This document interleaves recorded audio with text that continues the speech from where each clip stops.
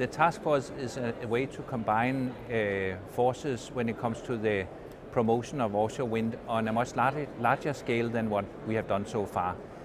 Almost all of our efforts have been concentrated, when I say our, this sort of conglomerate of developers and suppliers and so on has been concentrated in Europe, of course, lately in the US, and then sporadically in Asia, but always outside Europe, always fairly uncoordinated. And now we are trying to make that a much more coordinated effort.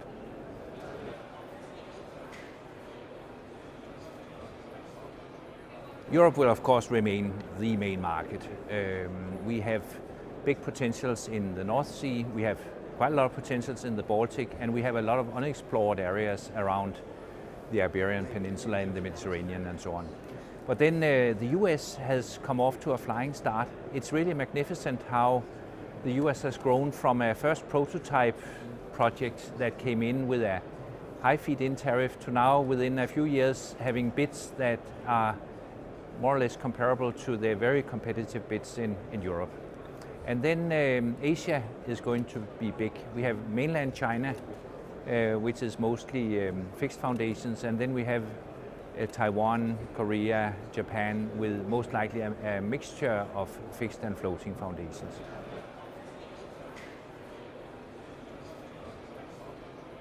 I cannot help being still excited by the European development.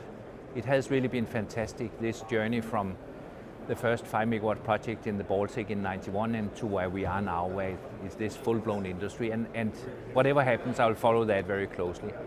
I'm super excited about the US because we always looked for new markets where you would have suitable conditions close to big load centers. And the eastern seaboard of the US represents that combination. Personally, I'm quite excited about California, because you can only serve California with floating offshore wind, and I have a personal interest in seeing that promoted.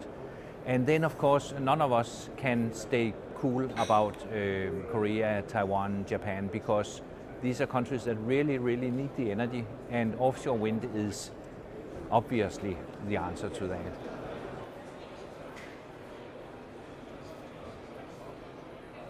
It's clear that the most classical page 1 in the textbook factor to bring down cost is competition. So auctions are a very strong lever for bringing down costs.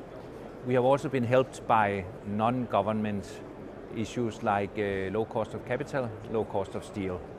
And then we have been helped a lot in the cost reductions by what the industry has done itself to professionalize its efforts, both on the equipment that has become much more industrialized, and also on the developer side by making much more systematic project efforts, where you go from being in a sort of one-off world to being in a world that we just replicate what has turned out to work.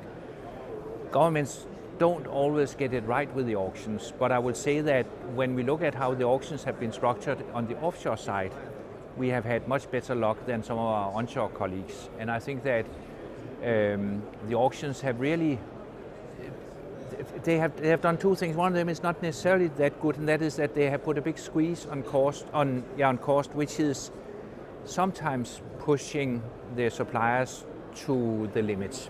So you get some element of moaning and groaning.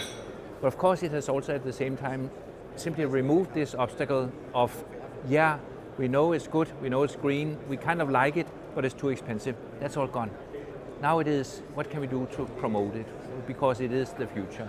And that has been the single major thing coming out of the auctions has been that we have been fortunate enough to remove this barrier that, yeah, we like you, but you are too expensive.